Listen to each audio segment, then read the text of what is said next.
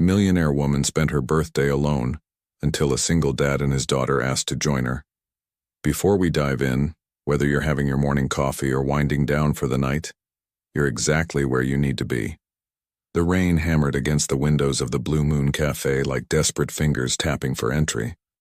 Sophia Chen sat in the corner booth, her Hermes bag occupying the seat across from her like a silent dinner companion. 27 candles should have adorned a cake somewhere, surrounded by laughter and champagne toasts. Instead, a single vanilla cupcake sat before her, its lone candle flickering in the draft from the old heating system. "Happy birthday to me," she whispered, her voice barely audible over the symphony of rainfall and the soft jazz playing through aged speakers. The cafe was nearly empty at 7:43 p.m. on this miserable March evening, save for an elderly man reading a newspaper and the teenage barista who kept glancing at her phone. Sophia's reflection in the rain-streaked window showed a woman who had everything and nothing. CEO of Chen Technologies at 27, featured on Forbes' 30 Under 30, owner of a Manhattan penthouse and a garage full of cars she rarely drove. Yet here she sat, her Armani blazer perfectly pressed over a heart that felt wrinkled and worn. Her phone buzzed. Another email about the Tokyo merger. She flipped it face down, watching the candle wax drip onto the pristine white frosting. When had birthdays become just another day to work through? When had success become so suffocating? The cafe door burst open, bringing with it a gust of wind that sent napkins flying and the candle flame dancing wildly. A man stumbled in, water streaming from his weathered leather jacket, carrying a small girl in his arms. Her tiny form was wrapped in what looked like his own flannel shirt, her blonde curls plastered to her head despite his efforts to shield her. "I'm sorry, we're about to close," the barista called out, not looking up from her phone. "Please," the man's voice cracked with desperation. "Just until the rain stops. My daughter." Sophia looked at the pair. The man appeared to be in his mid-30s, with calloused hands that spoke of honest work and eyes that held a weariness beyond physical exhaustion. The little girl in his arms couldn't have been more than 7, her small face pale against his shoulder, breathing in labored little puffs that fogged the window nearby. "You can sit here," Sophia heard herself say, gesturing to the empty seats at her table. She didn't know why she'd spoken. Maybe it was the way the man held his daughter, like she was made of spun glass. Maybe it was the loneliness that had been gnawing at her all day. "There's plenty of room." The man's eyes met hers, surprise flickering across his features. He took in her designer clothes, the expensive bag, the solitary cupcake, and something in his expression softened. "Thank you, miss. I'm Marcus, this is Emma." He settled his daughter carefully in the booth, her small body seeming to disappear into the worn burgundy leather. Emma's eyes fluttered open, revealing irises the color of sea glass, startling in their clarity. She looked at Sophia, then at the cupcake with its still-burning candle. "Is it your birthday?" Emma whispered, her voice like wind chimes. Sophia nodded, unable to speak past the sudden tightness in her throat. Emma struggled to sit up straighter, despite her father's gentle protests. "You're not supposed to be alone on your birthday. That's the rule." She paused, catching her breath, then continued with the seriousness only a child could muster. "The birthday rule says you need at least one friend to make a wish with." "Emma, honey, don't bother the nice lady," Marcus said softly, shrugging off his wet jacket and wrapping it around his daughter's shoulders for extra warmth. "It's no bother," Sophia found herself saying. When was the last time anyone had called her a nice lady instead of Ms. Chen or ma'am? "What happens if you break the birthday rule?" Emma's face scrunched up in concentration. "Your wish gets lost. It floats away like a balloon without a string, and it can't find its way back to come true." The profundity of childhood wisdom hit Sophia like a physical force. How many wishes had she let float away, too busy climbing ladders to hold on to their strings? "Would you—" Sophia hesitated, then pushed forward. "Would you help me make sure my wish doesn't get lost?" Emma's face lit up, though the effort seemed to cost her. Her breathing was still uneven, and Sophia noticed how Marcus kept glancing at his daughter's chest, counting the rises and falls. "We need to sing," Emma announced. "Daddy, we have to sing for—" She looked at Sophia expectantly. "Sophia," she supplied, surprising herself again. She never gave her first name to strangers. "For Miss Sophia," Emma continued. "Ready, Daddy?" Marcus looked embarrassed. "Emma, I don't think—" "Please." Emma's voice was small, but insistent. Marcus met Sophia's eyes, asking silent permission. She nodded, a smile tugging at her lips for the first time all day. Their rendition of Happy Birthday was quite possibly the worst and most wonderful version Sophia had ever heard. Marcus's voice was deep and slightly off-key, roughened by exhaustion. Emma's was breathy and soft, pausing every few words to catch her breath. But they sang with a sincerity that made Sophia's eyes burn with unshed tears. "Now make a wish," Emma instructed when they finished. "But don't tell anyone or it won't come true, that's another rule." Sophia closed her eyes, for once not thinking about quarterly reports or market projections. She thought about the weight of success that felt like drowning, about empty penthouses and full bank accounts that couldn't purchase what she'd just been given freely by strangers in a rain-soaked cafe. "I wish I knew what actually matters," she thought, and blew out the candle. The smoke curled up between them, and Emma clapped softly, then immediately started coughing. It wasn't a normal cough. It was deep and rattling, shaking her small frame. Marcus immediately pulled her close, rubbing her back in practiced circles, whispering soothing words. "Is she all right?" Sophia asked, alarmed. Marcus's jaw tightened. "She will be," he said, but his eyes betrayed him. "Emma has a heart condition. The rain and cold don't help, but we had to get to the pharmacy before it closed. Her medication." He trailed off, and Sophia saw his hand move unconsciously to his wallet. A gesture she recognized, the mental calculation of costs versus necessities. "The pharmacy on Fifth Avenue?" Sophia asked. "That closed an hour ago." Marcus's face fell. "The one on Third? Closes at 7 on Sundays." The defeat in his shoulders was palpable. Emma had stopped coughing but was now shivering despite the layers. Sophia watched this father mentally cycling through options, each one failing before the thought could fully form. "There's a 24-hour pharmacy about 12 blocks north," Sophia offered. "I could—" She gestured vaguely at the rain. "We couldn't ask you to do that," Marcus said quickly. "You don't even know us." "You're right," Sophia agreed. "I don't. But Emma made sure my birthday wish didn't float away. That's not nothing." Emma, who had been quiet, suddenly reached out and touched Sophia's hand. Her fingers were cold and felt as delicate as bird bones. "You have sad eyes," she said simply.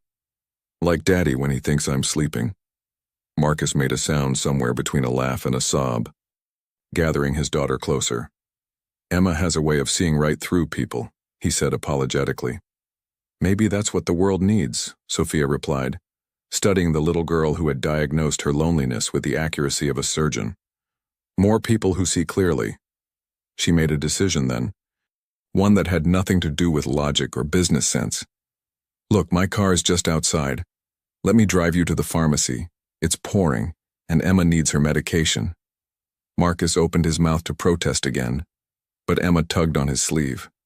"Daddy, the birthday rule also says if someone offers help on their birthday, you have to accept it. Otherwise, their kindness goes to waste." "Since when are there so many birthday rules?" Marcus asked, but his voice was fond. "Since always," Emma replied with complete certainty. The Mercedes S-Class idled outside the pharmacy, its heated seats a stark contrast to the cold March rain that had soaked them just minutes before. Sophia watched through the rain-blurred windshield as Marcus stood at the pharmacy counter inside, his shoulders tense as he gestured between the prescription and his wallet. Even from here, she could see the negotiation happening, the universal dance of those who had to choose between necessities. Emma sat in the back seat, wrapped in the cashmere throw Sophia kept in the car. The little girl was studying the interior with wide eyes, her small fingers tracing the wood grain trim with reverence. "Is this your house?" Emma asked suddenly. Sophia turned, confused. "My house?" "It's bigger than our apartment," Emma explained matter-of-factly. And it smells like new. Everything in our home smells like old except for Daddy's coffee in the morning. The innocent observation hit Sophia unexpectedly. She remembered her own childhood, the small apartment above her grandmother's restaurant, how she'd dreamed of cars like this one. Success was supposed to erase those memories, but they clung to her like smoke. "Do you live with just your daddy?" Sophia asked gently. Emma nodded, then added, "Mommy went to heaven when I was 4. She had a sick heart too, but hers couldn't be fixed. Daddy says mine can be, but it needs a special operation that costs more than all the stars in the sky." "All the stars?" 500,000 stars, Emma clarified solemnly. "I heard him talking to the doctor. That's more than anyone can count, isn't it?" Sophia's throat constricted. $500,000. She spent more than that on last quarter's marketing campaign without blinking. Through the pharmacy window, she saw Marcus's head drop. The pharmacist was shaking his head, pushing the prescription back across the counter. Marcus's hand went to his pocket, pulling out what looked like a small collection of crumpled bills. "Wait here, sweetheart," Sophia said to Emma, already pushing open her door. "Where are you going?" Emma asked. "To help your daddy catch some stars." The pharmacy's fluorescent lights were harsh after the soft interior of her car. Marcus was still at the counter, now speaking in low, urgent tones to the pharmacist, a middle-aged man whose expression balanced between sympathy and policy. "Understand your situation, sir, but without insurance approval or payment, I can't—" "Excuse me?" Sophia interrupted smoothly, stepping beside Marcus. "Is there a problem?" Marcus's face flushed. "Sophia, please, you don't need to—" "The prescription is $847, the pharmacist explained. "And unfortunately, Mr. Thompson's insurance has hit its coverage limit for the month. His daughter has a heart condition," Sophia said, her CEO voice emerging unconsciously. "She needs this medication." "I sympathize truly, but—" Sophia pulled out her American Express black card and placed it on the counter with a definitive click. "Ring it up, and while you're at it, what's the cost for a 3-month supply?" "Sophia." "No." Marcus grabbed her wrist, his calloused hand warm against her skin. "I can't let you do this. We're strangers." She looked at him then, really looked at him, saw the pride warring with desperation in his storm-gray eyes, the way his jaw clenched with the effort of holding himself together. This was a man who worked with his hands, who'd probably never asked for charity in his life. "Your daughter made sure my birthday wish didn't float away," Sophia said quietly. "Let me return the favor." That's completely different." "Is it?" she challenged. "She gave me something I needed. Let me do the same." The pharmacist cleared his throat. "The 3-month supply would be $25.41. "Ma'am?" Marcus made a strangled sound, but Sophia simply nodded. "Add it to the card. And please put a note in the system that all of Emma Thompson's prescriptions should be billed to this card going forward." "Absolutely not," Marcus said firmly, but his protest lacked heat. She could see him calculating what 3 months of medication meant, 3 months of not choosing between Emma's medicine and rent. The pharmacist processed the payment efficiently, suddenly much more accommodating. As he prepared the medication, Sophia felt Marcus's eyes on her. "Why?" he asked simply. She thought about lying, about giving him some sanitized version of charity or tax write-offs. But Emma's comment about sad eyes echoed in her mind. "Because I have more money than I know what to do with," she admitted. "Because I ate dinner alone on my birthday in a cafe. Because your daughter looked at me and saw the truth. That success means nothing if you're empty inside." Marcus studied her for a long moment. "You're not what I expected from someone who drives a car worth more than I'll make in 5 years. What did you expect?" "I don't know," he admitted. "But not kindness. Not someone who'd stop their birthday to help strangers in the rain." The pharmacist returned with a white bag that seemed too small to cost so much. Marcus took it like it contained gold, which Sophia supposed it did. Emma's life measured out in pills and possibility. They walked back to the car in silence, the rain having softened to a gentle mist. Emma was where they'd left her, but now she was drawing on a napkin she'd found, using a pen from Sophia's console. "Look," she exclaimed as they got in. "I made you a birthday card." The drawing was simple, 3 stick figures holding hands under a rainbow. But it was the words underneath, written in careful, shaky letters that made Sophia's eyes water. "Happy birthday to the nice lady with sad eyes. Now we are friends." "It's beautiful," Sophia managed. "Daddy, show her," Emma said excitedly. "Show her your drawings." Marcus looked embarrassed. "Emma, Daddy draws buildings," Emma explained to Sophia. "Not like kid drawings, real ones that could be built if anyone would listen. He goes to night school when Mrs. Rodriguez can watch me. He's going to be an architect." She pronounced the word carefully like it was precious. "You're studying architecture?" Sophia asked.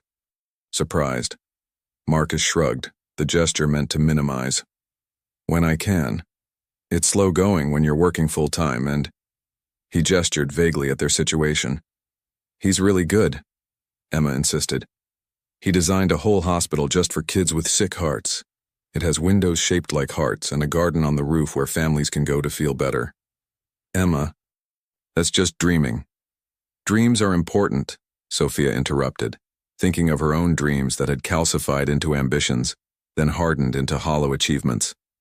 "Sometimes they're all we have." She started the car, then hesitated. "Where am I taking you?"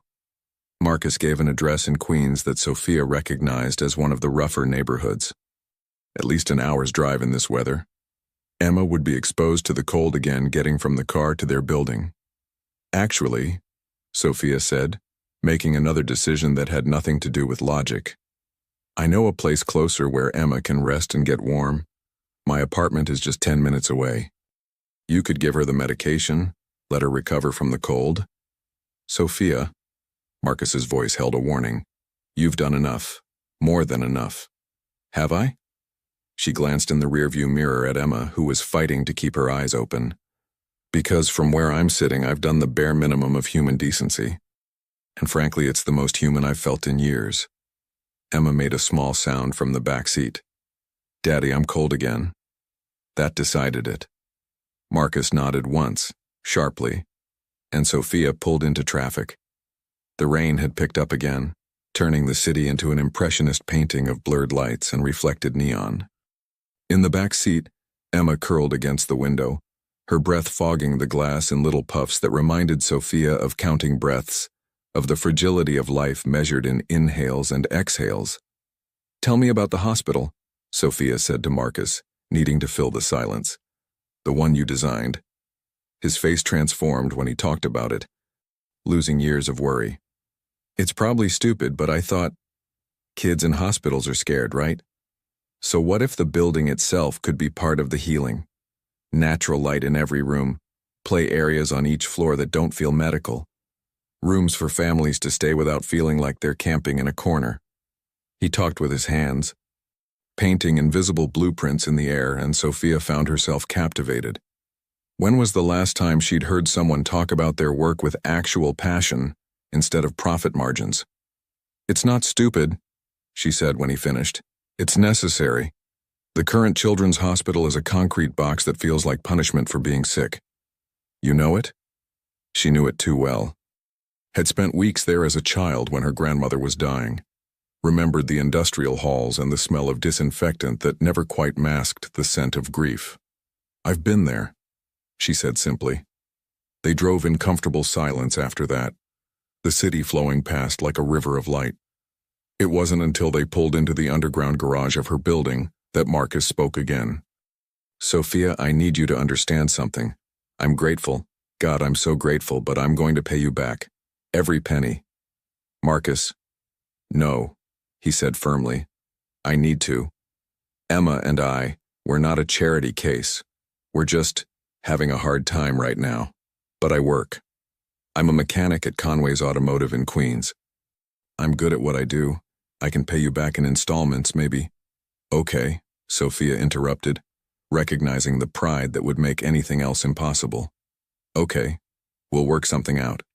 She knew she'd never cash any check he wrote, but that was a problem for another day. Right now, there was a sick little girl who needed warmth and medicine, and everything else could wait. Sophia's penthouse occupied the entire 40th floor, its floor-to-ceiling windows offering a panoramic view of Manhattan that looked like scattered diamonds against black velvet. Emma gasped audibly when they stepped off the private elevator, her tired eyes suddenly bright with wonder. "Daddy, look," she whispered, tugging on Marcus's hand. "We're in the clouds." Indeed, wisps of fog drifted past the windows, giving the illusion they were floating above the city. The apartment itself was a study in modern minimalism.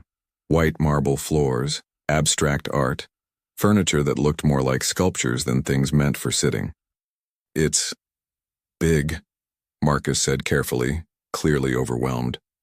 "Too big," Sophia admitted, seeing her space through their eyes.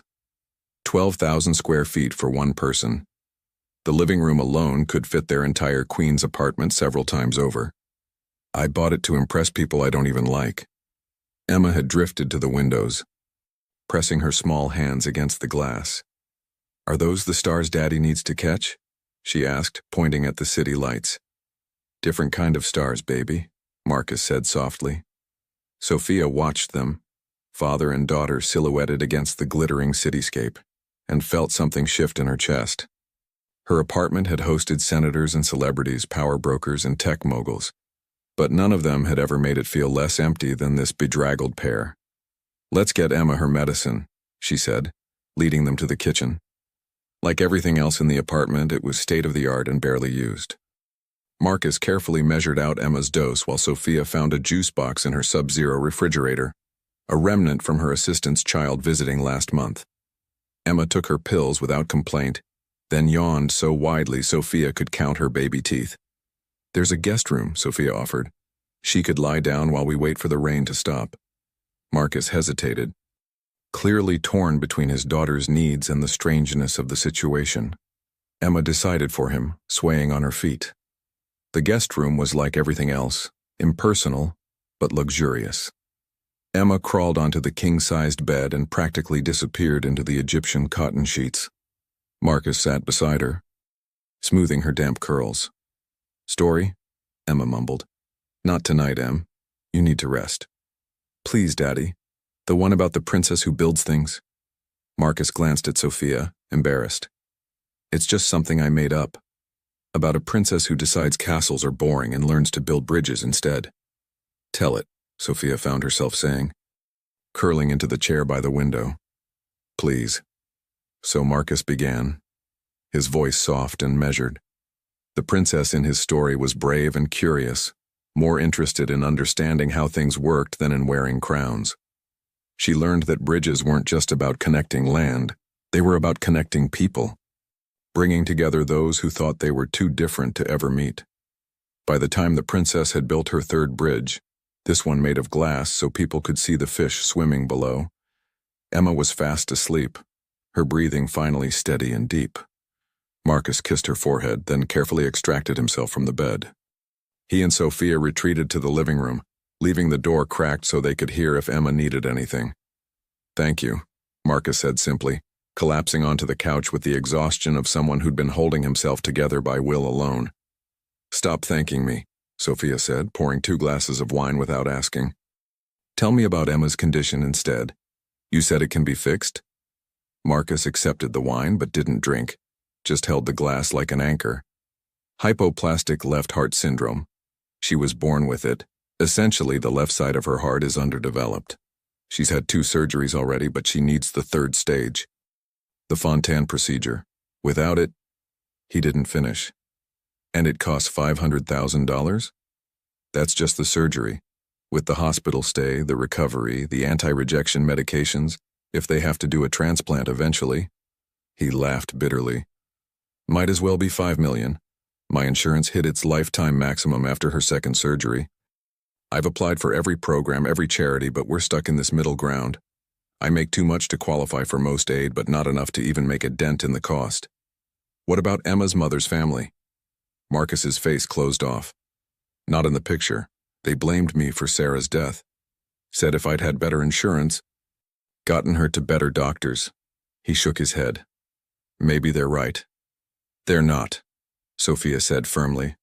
Trust me, I've learned that money doesn't prevent loss. It just gives you more expensive ways to fail. He looked at her curiously. You sound like you're speaking from experience. She was.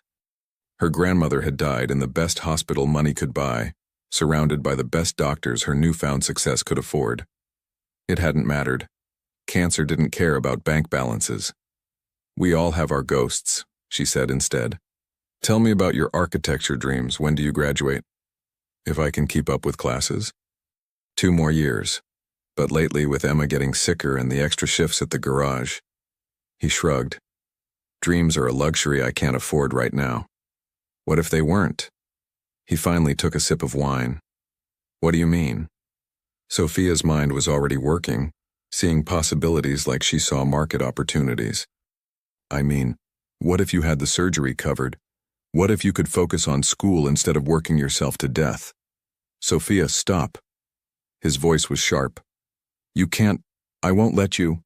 I'm not offering charity, she interrupted. I'm talking about an investment. In what? In someone who designs hospitals that heal with light. In a father who tells stories about princesses who build bridges in... She gestured vaguely at the sterile perfection of her apartment. In something real. Marcus set down his wine glass and stood abruptly. I should check on Emma. Marcus, you don't know us, he said, not turning around. You don't know me. I could be anyone. I could be scamming you. Are you? He turned then, and his eyes were bright with unshed tears. No, but that's not the point. People like you don't just help people like me. There's always a catch. Maybe the catch is that I need this more than you do, Sophia said quietly. Maybe the catch is that I've spent so long building walls that I've forgotten what bridges look like. They stared at each other across the expensive distance of her living room. Outside, the storm had picked up again, rain lashing against the windows like it was trying to get in. I can't, Marcus said finally. I appreciate everything you've done tonight, but I can't let you pay for Emma's surgery. It's too much. Then don't let me pay for it, Sophia said, an idea forming. Work for it. What? Chen Technologies just bought a plot of land in Brooklyn. We're supposed to build another office building. Another glass box for coding. But what if we built something else? What if we built your hospital? Marcus laughed, but it wasn't a happy sound. You're serious? You want to hire a mechanic with 2 years left in night school to design a hospital? I want to hire someone with vision, Sophia corrected. Someone who understands what it means to need healing. The degree is just paper. The vision, that's what matters. This is insane. Probably, she agreed. But when was the last time sanity led to anything worthwhile? Before Marcus could respond, a small voice called from the guest room. Daddy? He was moving before the second syllable. Sophia closed behind. Emma was sitting up in bed, her face flushed and confused. Hey, baby, Marcus soothed, feeling her forehead. Bad dream? I couldn't find you, Emma said, then noticed Sophia. Oh, we're still at the Cloud House. Cloud House, Sophia repeated, charmed despite herself. I like that better than Penthouse.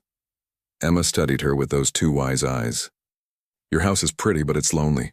Houses need families or they get sad. Emma, Marcus warned gently. It's okay, Sophia said, sitting on the edge of the bed. She's right. It is lonely. You could get a dog, Emma suggested. Or a cat, or a family. Emma, that's not how... I had a family once, Sophia interrupted, surprising herself. My grandmother. She raised me after my parents died. Where is she now? Emma asked with the directness of children. She died when I was 22, right before I started my company. Emma reached out and took Sophia's hand, her small fingers impossibly warm. Is that why you have sad eyes? Because you miss her? Sophia couldn't speak past the lump in her throat, so she just nodded. I miss my mommy too, Emma said simply. But Daddy says the people we love leave pieces of themselves in our hearts, so they're never really gone. Maybe your grandma left you the piece that knows how to help people. Marcus made a sound somewhere between a laugh and a sob. Where did you get so wise, Em? From you, Daddy, Emma said matter-of-factly, then yawned again. Can I have some water? Marcus started to get up, but Sophia was already moving. "I'll get it." She fled to the kitchen, needing a moment to compose herself. A 7-year-old had just dismantled her carefully constructed emotional walls with the precision of a surgeon. Or maybe the walls had been crumbling all night, from the moment Emma declared that birthday wishes needed friends to survive. When she returned with the water, Marcus was tucking Emma back in. The little girl drank carefully, then settled against the pillows. "Will you be here when I wake up?" she asked Sophia. Sophia glanced at Marcus, who looked as lost as she felt. "I live here, so yes." "Good," Emma murmured, already drifting off. "The Cloud House needs us." They retreated to the living room again, both shaken by the interaction. The wine sat untouched, the storm continued its assault on the windows, and somewhere between them hung the weight of unfinished conversations. "She's extraordinary," Sophia said finally. "She's dying," Marcus replied bluntly. "Without that surgery, I'm going to lose her. And she's so accepting of it, like she knows she's on borrowed time and wants to make sure everyone else is okay before she goes." "She's not going anywhere," Sophia said fiercely. "We're going to make sure of that." "We?" Marcus looked at her. "There's no we, Sophia. There's a little girl who needs help and a father who can't provide it and a stranger who— "Who what?" Sophia challenged. "Who wants to help? Who has the means to help? Who maybe needs to help as much as you need the help? This isn't a business deal." "No," Sophia agreed. "It's not. It's messier than that. It's complicated and probably inappropriate and definitely not something either of us planned. But Emma's right. Bridges connect people who think they're too different to meet. So maybe we try to build one." Marcus was quiet for a long time, staring at the rain-washed city beyond the windows. When he finally spoke, his voice was rough. "If we do this, and I'm not saying yes, but if we do, there have to be rules, boundaries. This can't be about anything except Emma." "Agreed," Sophia said, even as something in her chest protested that it was already about so much more. "And I work for whatever you pay. Real work, not charity disguised as employment. I wouldn't insult you with anything less. And Emma, she can't know. Not about the arrangement. She'll think what she already thinks," Sophia finished. "That we're friends. That helping friends is what people do." Marcus laughed. Short and sharp. "When you put it like that, it sounds almost simple." "Maybe it is," Sophia said, raising her forgotten wine glass. "Maybe we're the ones making it complicated." They didn't toast. It didn't seem right. But they drank. And outside the storm began to break. And in the guest room a little girl slept peacefully, dreaming perhaps of bridges made of light and cloud houses that weren't lonely anymore. Later, Sophia would wonder what she'd set in motion with her impulsive offers. Later, Marcus would question the wisdom of accepting help from a stranger, no matter how genuine she seemed. But right now, in this moment suspended between one life and another, they simply sat in comfortable silence, two people brought together by chance and rain and a little girl who saw the world more clearly than either of them. "Thank you," Marcus said again, and this time Sophia didn't tell him to stop. Because some things deserved gratitude even if they were just beginning. 3 weeks had passed since that rainy March night, and Sophia's penthouse had undergone a subtle transformation. A box of crayons sat on the Italian marble coffee table. Children's books were scattered on the designer sofa. A drawing of 3 figures under a rainbow was held to the sub-zero refrigerator with a magnet shaped like a heart. Marcus arrived every evening after his shift at the garage, architectural books under one arm and Emma's hand in the other. What had started as an arrangement, he would work on preliminary designs for the Brooklyn project while Emma rested in a warm, safe space, had evolved into something else entirely. "Miss Sophia," Emma called out as they exited the private elevator. She no longer waited for permission, just ran straight into Sophia's arms. "Look what I made at school today." Sophia caught the little girl, marveling at how natural it had become. 3 weeks ago, she'd never held a child. Now, Emma's weight in her arms felt like coming home. "What did you create today, architect?" That was their joke. If Daddy was going to be an architect, then Emma was one too. Emma produced a construction paper house with windows cut at odd angles and a garden drawn on the roof. It's the hospital Daddy's designing. See? This window is shaped like a heart for kids like me, and this one's a star for kids who like space, and this one's a butterfly for kids who want to fly away from being sick. Sophia's throat tightened. She glanced at Marcus, who was watching them with an unreadable expression. It's perfect, she told Emma. Maybe we should frame it and put it in the real hospital when it's built. Really? Emma's eyes went wide. You'd put my art in a real building? The best buildings have art, Sophia said seriously. Ask your dad. Marcus cleared his throat. Why don't you go wash up? Mrs. Chen left some soup on the stove. Mrs.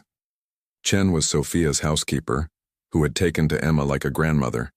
She'd started making child-friendly meals without being asked, muttering in Mandarin about too skinny, both of them too skinny. Emma skipped off, leaving Sophia and Marcus alone. The air between them crackled with unspoken things. The preliminary designs are ready, Marcus said, hefting his portfolio. I know you wanted to see them before the board meeting tomorrow. The board meeting I'm lying to them about, Sophia corrected. They think I hired Thornton Associates. You could still hire them, it would be easier.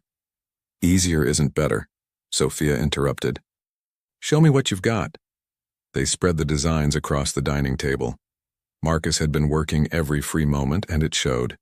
The building he'd designed wasn't just functional, it was revolutionary. Every line served a purpose. Every space considered the emotional journey of sick children and worried families. This atrium, he explained, pointing to the central space, it's designed to capture light at every hour. Kids in hospitals lose track of day and night. This keeps them connected to the rhythm of the world. And these? Sophia traced the unusual room configurations. Family suites, not just a cot in the corner, but actual space for parents to stay, to work, to feel human while their child heals. And here, he flipped to another page. Play therapy rooms on every floor, designed to not feel medical. Kids can just be kids.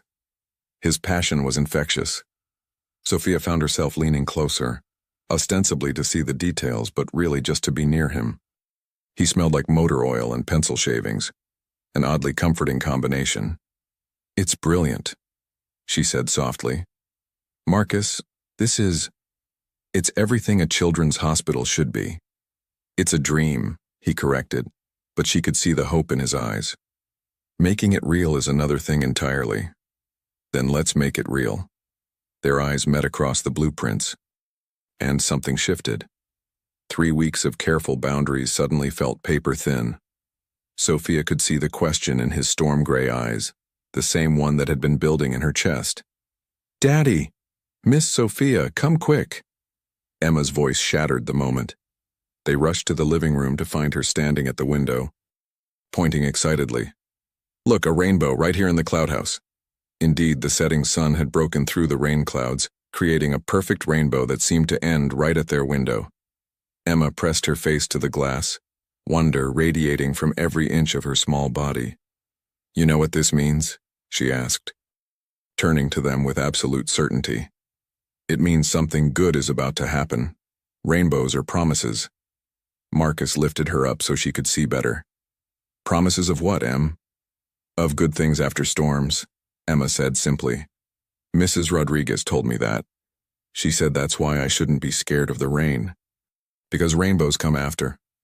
Sophia watched them, father and daughter silhouetted against the rainbow, and felt that now familiar ache in her chest. 3 weeks, and they'd rewired her entire existence.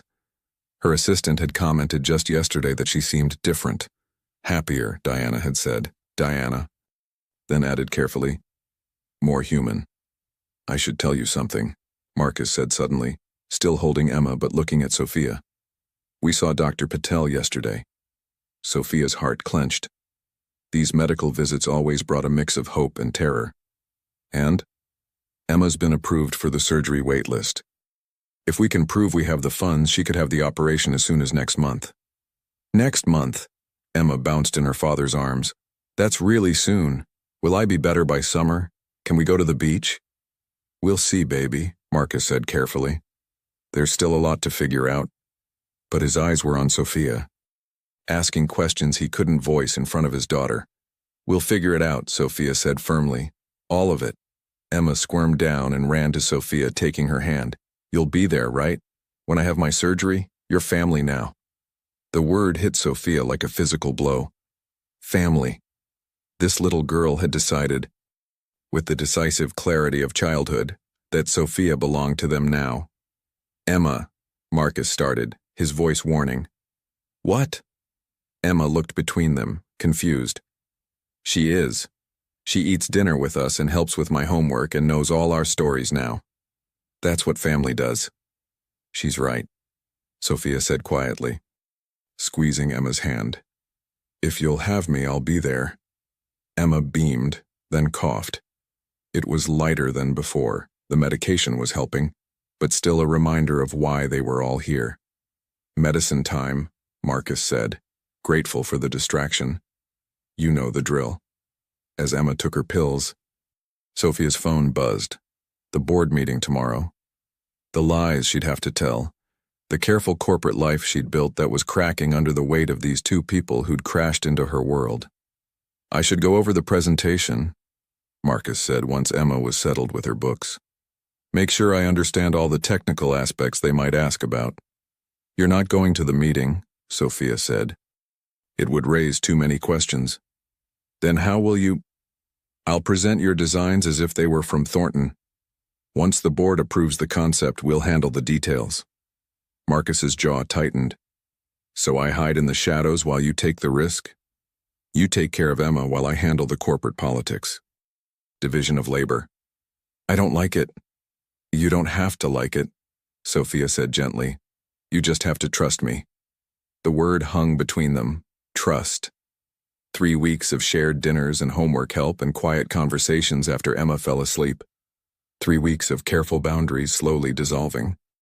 3 weeks of pretending this was just business when they both knew it had become something else entirely. The appointment with legal is next week, Sophia continued, keeping her voice businesslike. To formalize the employment contract, the salary I'm proposing should cover— Don't, Marcus interrupted. Don't talk about money right now. Not when Emma just called you family. Not when you're about to lie to your board for us. Just don't.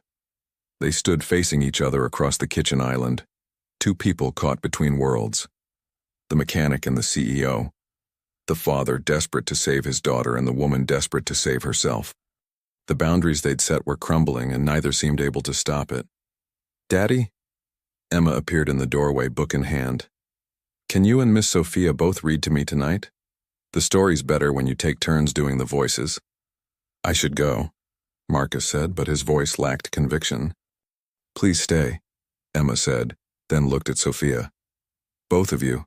The house is happier when we're all here. Out of the mouths of babes, Sophia thought. The house was happier. She was happier. Everything was brighter, warmer, more alive since they'd arrived. One story, Marcus conceded. Then home. You have school tomorrow. They settled on the couch, Emma between them, the book spread across their laps.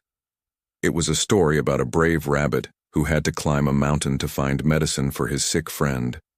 Sophia had bought it, not realizing how closely it would mirror their own situation. As they read, taking turns with the voices as requested, Sophia was acutely aware of how right this felt.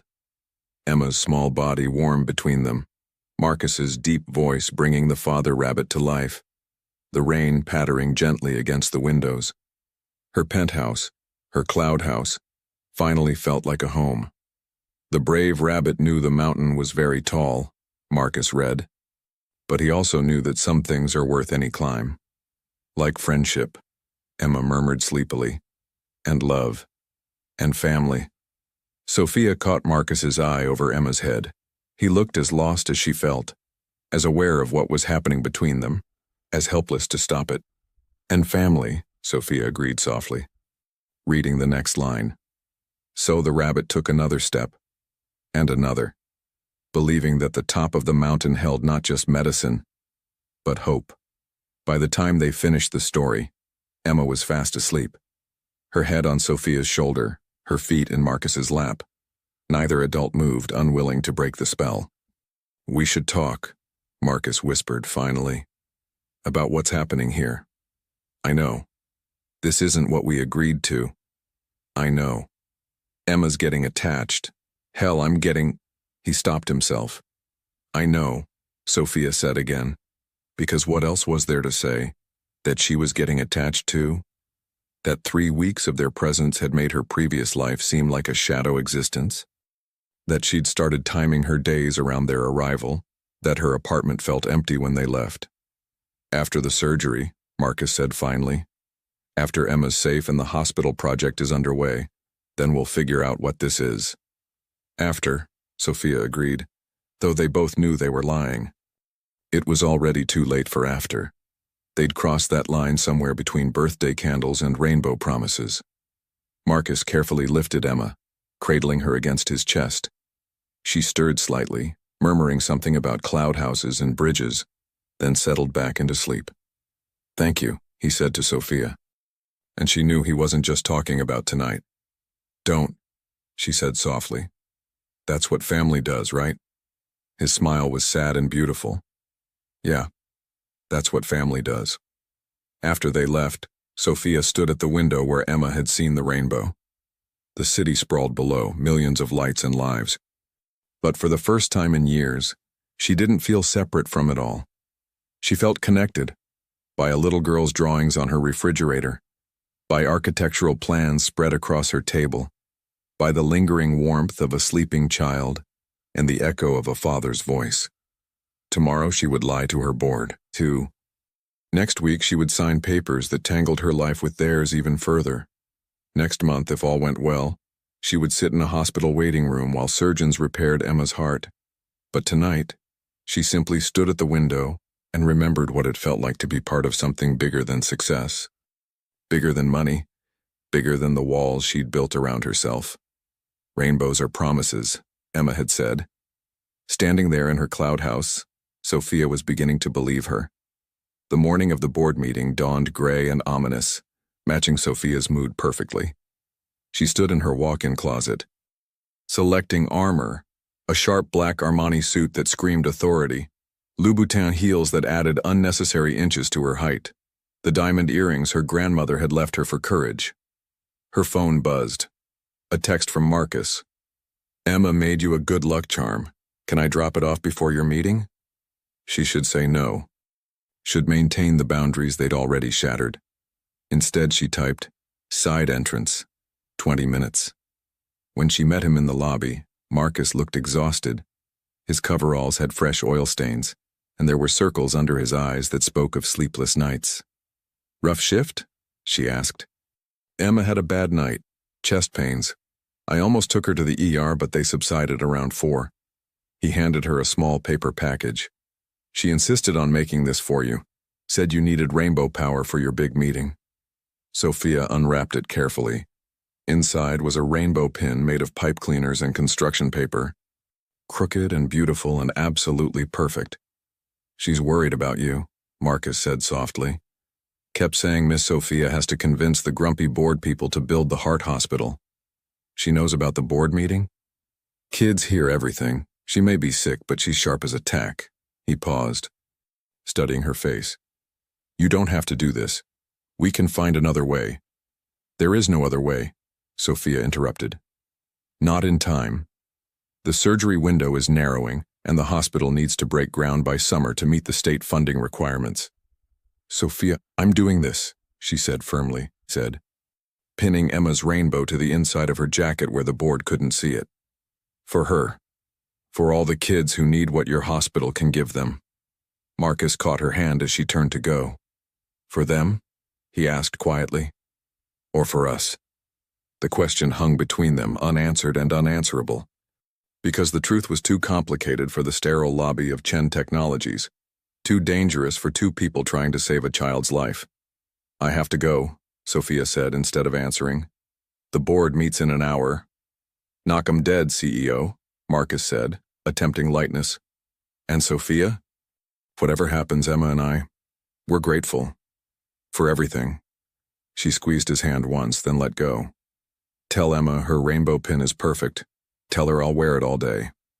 The boardroom of Chen Technologies occupied the top floor, all glass and chrome and intimidation.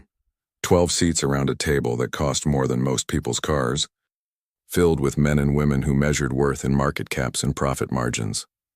Sophia, Richard Chen, her co-founder and biggest skeptic, greeted her with his shark smile. Ready to wow us with Thornton's designs? She thought of Marcus's calloused hands sketching dreams, of Emma's windows shaped like butterflies. Absolutely. The presentation started smoothly. She spoke of market need, of the positive PR for Chen Technologies, of the tax incentives for medical infrastructure. The board nodded at appropriate intervals, seeing dollars and cents. Then she unveiled the designs. The room went silent. This is Margaret Wu. The CFO leaned forward. This isn't Thornton's usual style. They took a new approach, Sophia lied smoothly. Hired a young architect with fresh ideas. It's incredible, breathed Dr. James Liu, the only board member with a medical background. Look at these family suites, the therapy integration. This isn't just a hospital, it's a healing space. It's expensive, Richard countered. These materials, the natural light requirements, the square footage per patient, we could build a standard facility for half the cost. And it would be just another box where sick kids feel sicker, Sophia said, her CEO mask slipping. This design understands something we've forgotten. That environment impacts outcome. That hope needs space to grow. Since when do you care about hope? Richard asked, eyes narrowing. Last quarter you cut our charitable giving by 30%. Since I realized that profit without purpose is just greed with better PR. The words hung in the air like a challenge. This wasn't how Sophia Chen talked. This wasn't the cold, calculating CEO they'd come to expect. What's really going on here? Richard asked. This passionate speech, this sudden interest in pediatric architecture. What aren't you telling us? For a moment, Sophia considered the truth, that a mechanic designed these plans at her dining room table while his dying daughter colored pictures of rainbow windows.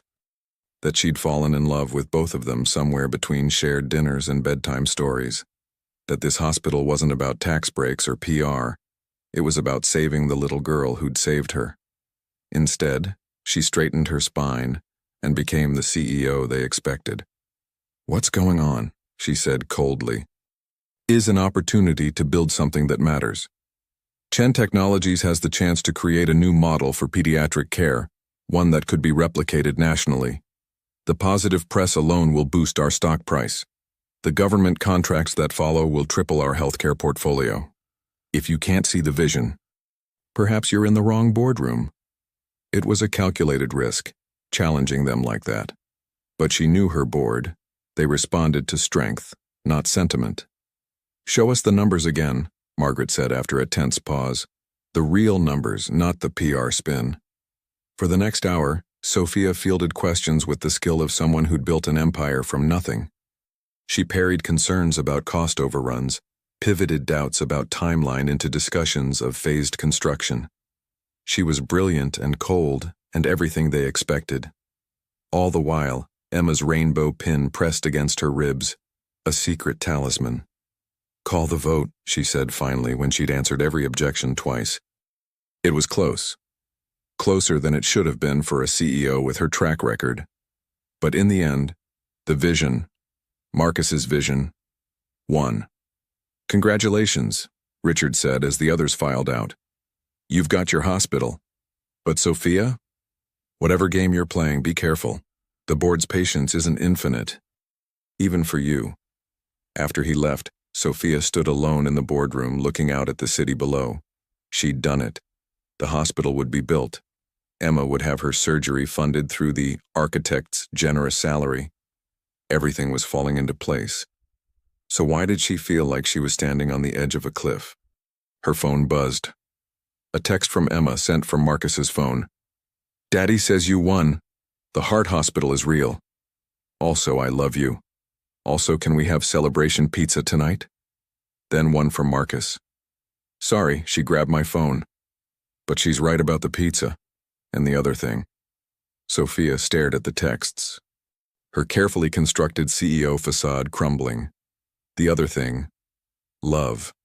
A 7-year-old's honest heart cutting through all their careful boundaries. Yes to pizza, she typed back. And tell Emma I love her too. She hesitated before sending it, knowing she was crossing another line. But what was one more? She'd already lied to her board, risked her company's reputation, fallen in love with two people she had no business loving. The response came quickly. She's crying happy tears. So is her dad. Sophia touched the rainbow pin through her jacket and wondered when she'd become someone who cried happy tears too. When success had stopped being about numbers and started being about a little girl's smile. When home had stopped being a penthouse and started being wherever Marcus and Emma were. That evening, her apartment smelled like pizza and felt like joy. Emma had made a banner that said "Congrats on the Heart Hospital" in glitter that would probably never come out of the carpet. She wore a plastic tiara and had insisted Sophia wear one too. "To the best CEO in the world," Emma announced, raising her juice box. "To the best architect in the world," Sophia countered, catching Marcus's eye. "To the best kid in the world," Marcus added, ruffling Emma's hair. They clinked juice boxes and pizza slices, and Sophia let Emma regale her with every detail of her day. How she'd told her whole class about the hospital. How her teacher said she could do a show and tell about it.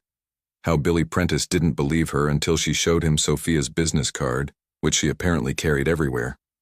"You carry my business card?" Sophia asked, oddly touched. "Of course," Emma said seriously. "In case of emergencies. Like if I get lost, they can call you. Or if someone needs a really good CEO. Or if I need to prove you're real because sometimes even I can't believe you're real." Marcus made a sound somewhere between a laugh and a sigh. "Em, we talked about this. Miss Sophia has her own life. But we're part of it now." Emma interrupted with the confidence of childhood. "Right, Miss Sophia? We're part of each other's lives forever now?" Forever. Such a big word from such a small person. Sophia looked at Marcus, seeking guidance, but his eyes were as full of questions as her own. "I hope so," she said finally.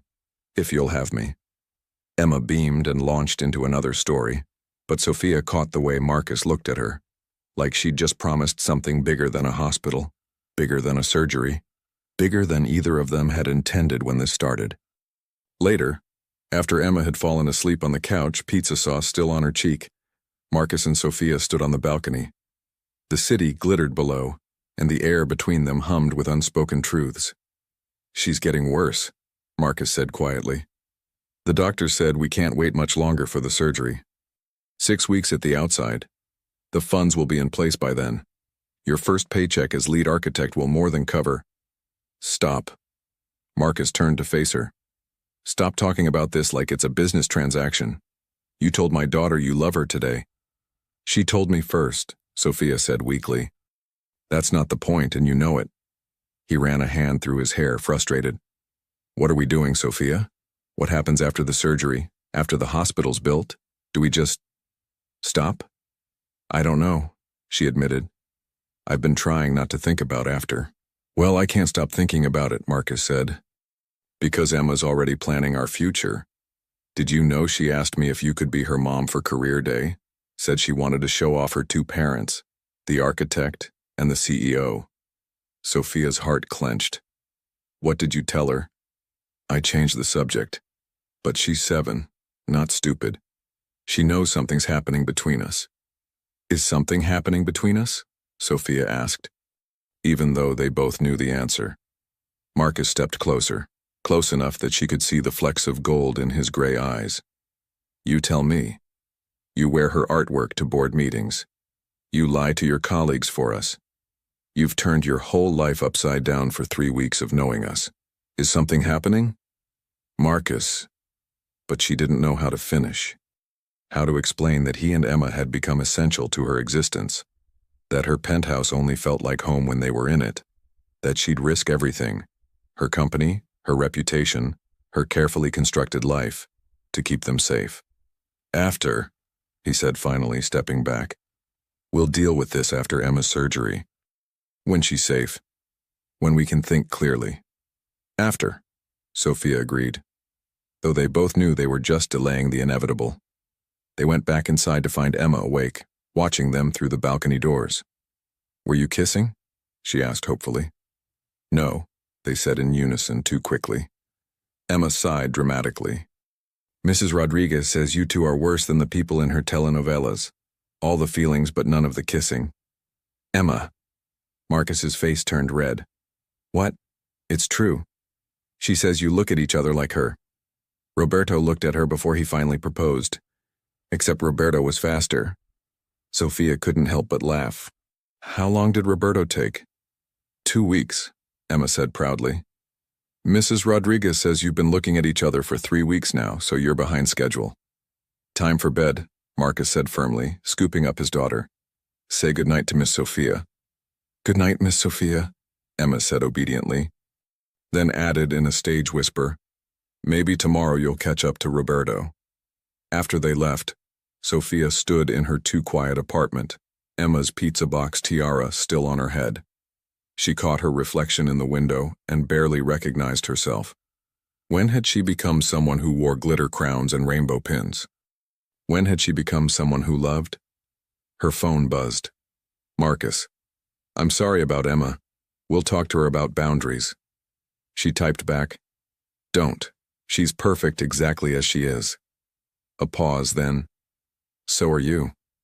Sophia stared at the words, knowing they were crossing lines again, knowing they should stop, knowing they wouldn't. 6 weeks, she typed. "Let's give Emma 6 weeks of normal, of family dinners and homework help and bedtime stories. After the surgery, we'll figure out what we are. 6 weeks of pretending. 6 weeks of not pretending," she corrected. 6 weeks of just being whatever this is without naming it. And after, Sophia thought of Emma's confidence that they were family now, of Marcus's eyes when he watched her with his daughter, of the way her heart expanded every time they walked through her door. "After, we stop lying to ourselves," she typed. "Deal," came the response. Then, a minute later, "Emma left her book at your place. The one about the brave rabbit. She'll want it for bedtime tomorrow." Sophia found the book on the coffee table, next to Emma's drawings and Marcus's architectural sketches. The story of a rabbit climbing a mountain for medicine, for hope, for love. She thought of her own mountain, the lies to her board, the surgery arrangements, the feelings she couldn't name. All of it for a little girl who'd looked at her with sea glass eyes and decided she was worth saving. "Tell her I'll keep it safe," she typed. "Tell her the brave rabbit is almost at the top of the mountain." "I'll tell her," Marcus replied. "Good night, Sophia." "Good night, Marcus." She went to bed with Emma's book on her nightstand and her rainbow pin on her dresser, surrounded by the beautiful chaos 2 people had brought into her orderly life. 6 weeks until the surgery. 6 weeks until after. 6 weeks to pretend she wasn't already in too deep to find her way back to who she'd been before. But as she drifted off to sleep, Sophia realized she didn't want to find her way back. She wanted to find her way forward, to whatever came after the mountain. After the surgery, after the pretending stopped and the truth began. The morning of Emma's surgery dawned clear and bright, mocking the terror in Sophia's chest. She'd been at the hospital since 4 a.m., long before the Thompson family was scheduled to arrive. The private waiting room she'd arranged, insisted on, really, was filled with toys and books that would go untouched, snacks that wouldn't be eaten, distractions that couldn't possibly distract from the magnitude of what was about to happen. "You're here early." Marcus's voice came from the doorway. She turned, taking in his exhausted face, the way he held Emma's hand like an anchor. The little girl was wearing her favorite dress, the purple one with butterflies that she'd worn to every important occasion in the 6 weeks since they'd met. "Where else would I be?" Sophia asked, kneeling to Emma's level. "How's my brave girl?" "Scared," Emma admitted with her characteristic honesty. "But also excited. After today, my heart won't be broken anymore." The simple phrasing gutted Sophia. She pulled Emma into a hug, careful of the hospital bracelet already circling her tiny wrist. "Your heart was never broken," she whispered, "just waiting for the doctors to make it even stronger." Like the brave rabbit, Emma said, referencing their favorite story. He had to climb the mountain to get stronger too. Exactly like that. A nurse appeared in the doorway. Emma Thompson, we're ready to start your pre-op. The next hour passed in a blur of forms and preparations. Sophia stayed close, holding Emma's hand during the IV insertion, distracting her with stories while they attached monitors. Marcus stood on Emma's other side, his face a mask of controlled terror. Miss Sophia, Emma said, as they prepared to wheel her to surgery. Will you be here when I wake up? Wild horses couldn't drag me away. Promise? I promise.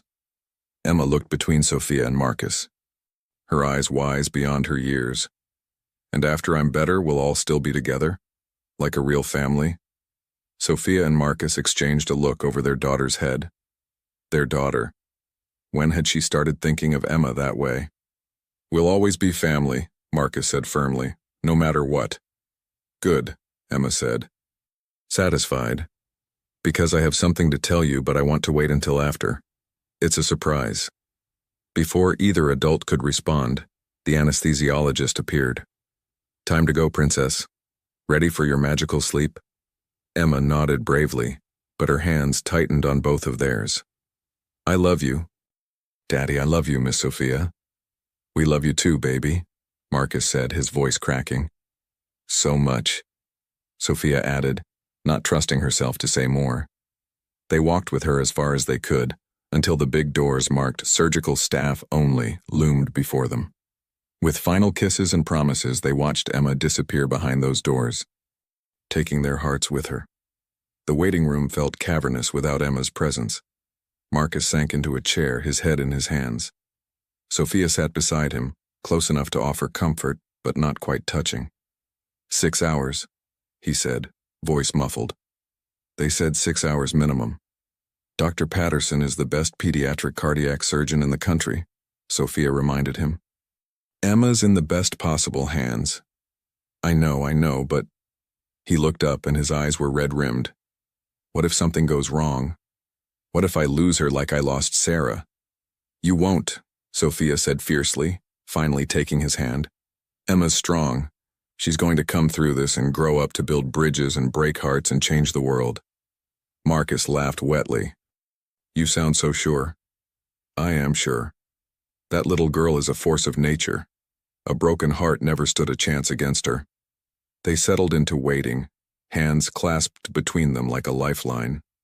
The first hour passed slowly. Sophia had Diana cancel all her meetings, had turned off her phone except for emergencies. Nothing mattered except the little girl behind those doors and the man beside her. Tell me how you met Sarah, she said eventually, needing to fill the silence. Marcus's face softened. College. She was studying elementary education. I was in engineering before I dropped out. She tutored me in English. I helped her with math. Classic story. When did you know you loved her? The first time she laughed at one of my jokes. Really laughed, not polite laughter. She had this way of throwing her whole self into joy. He paused. Emma has the same laugh. She does, Sophia agreed. It's infectious. Sarah would have liked you, Marcus said suddenly. She always said I needed someone who could challenge me, push me to be better than I thought I could be. The implications hung between them, unspoken but understood. Tell me about your grandmother, Marcus said after a while. The one who raised you.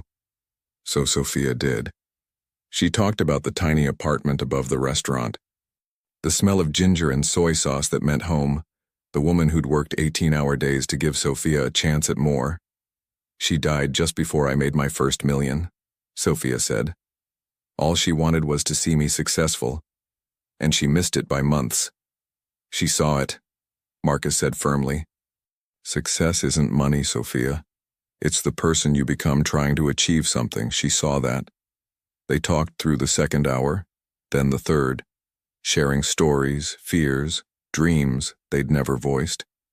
It was as if the waiting room existed outside of time, a place where their careful boundaries meant nothing. By the fourth hour, Sophia had moved closer, their sides pressed together.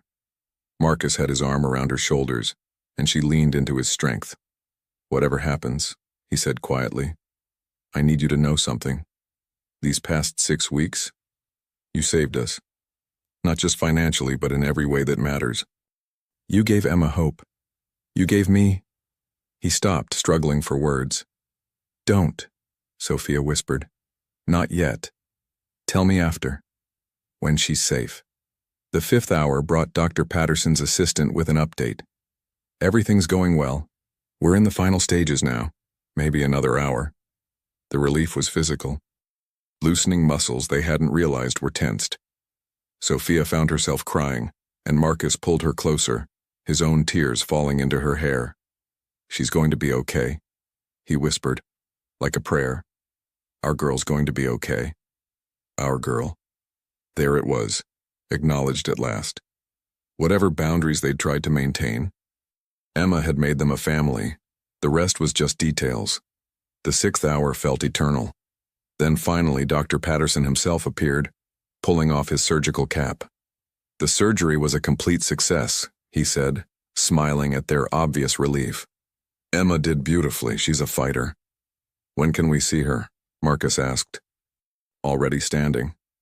She'll be in recovery for another hour, then we'll move her to the PICU. You can see her then, though she'll be sedated for several more hours.